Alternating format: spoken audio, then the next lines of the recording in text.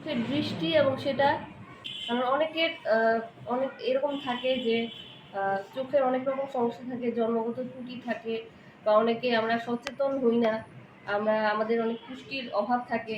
তো দেখা যায় অনেকের এবং বয়সের সাথে সাথে অনেক রকম সমস্যা দেখা দেয়। তো আমাদের চোখের ব্যাপারে বা আমাদের শরীরের ব্যাপারে যথেষ্ট পরিমাণে যত্নশীল নই। তো আমাদের দেশে যারা মা বাবা আছেন, অধিকাংশ আসলে আমরা একটা গরিব একটি দেশ।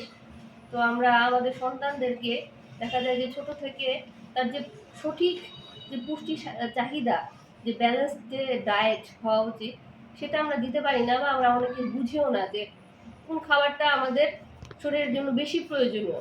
অনেক সময় এটা হয় যে আমরা টেস্টের প্রতি বেশি মনোযোগী হই। আমরা জাঙ্ক ফুড, অনেক ধরনের খাবার বাইরে পাওয়া যায় যেগুলো খুবই রুচিকর, সুস্বাদু এবং আকর্ষণীয়।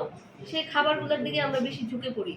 কিন্তু একটি শিশুর যে পুষ্টির চাহিদা, যেটা তাকে ছোট থেকে দিতে হবে, সেই জিনিসটা অনেক ক্ষেত্রেই আমরা মেনটেন করতে পারি না।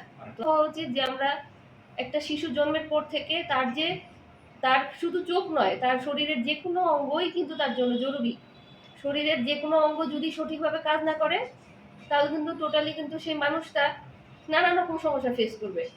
তো সেই জন্য আমরা শুধু চোখ নয়, আমাদের শরীরের ব্যাপারে আমাদেরকে আরো যত্নশীল হতে হবে। আমাদের মা বাবাদের যত্নশীল হতে হবে তাদের সন্তানদের প্রতি। তাদের সন্তানদেরকে কিভাবে বড় করতে হবে, তার যে পুষ্টির চাহিদা, তাকে সঠিক সময়ে যে তার বিভিন্ন রকম ভ্যাকসিনাইজেশন আছে সেগুলো দেওয়া, তাকে সঠিকভাবে খাবার খাওয়ানো।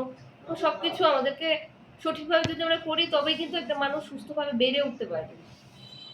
তাছাড়া মানুষের যে আহ, চোখের যে বিভিন্ন রকমের সমস্যা থাকে, যাতে আমাদেরকে আরো সচেতন করে সবাইকে যে আমাদের চোখ যে গুরুত্বপূর্ণ একটি অঙ্গ, সেটা যেন আমরা সেটার প্রতি যত্নশীল হই।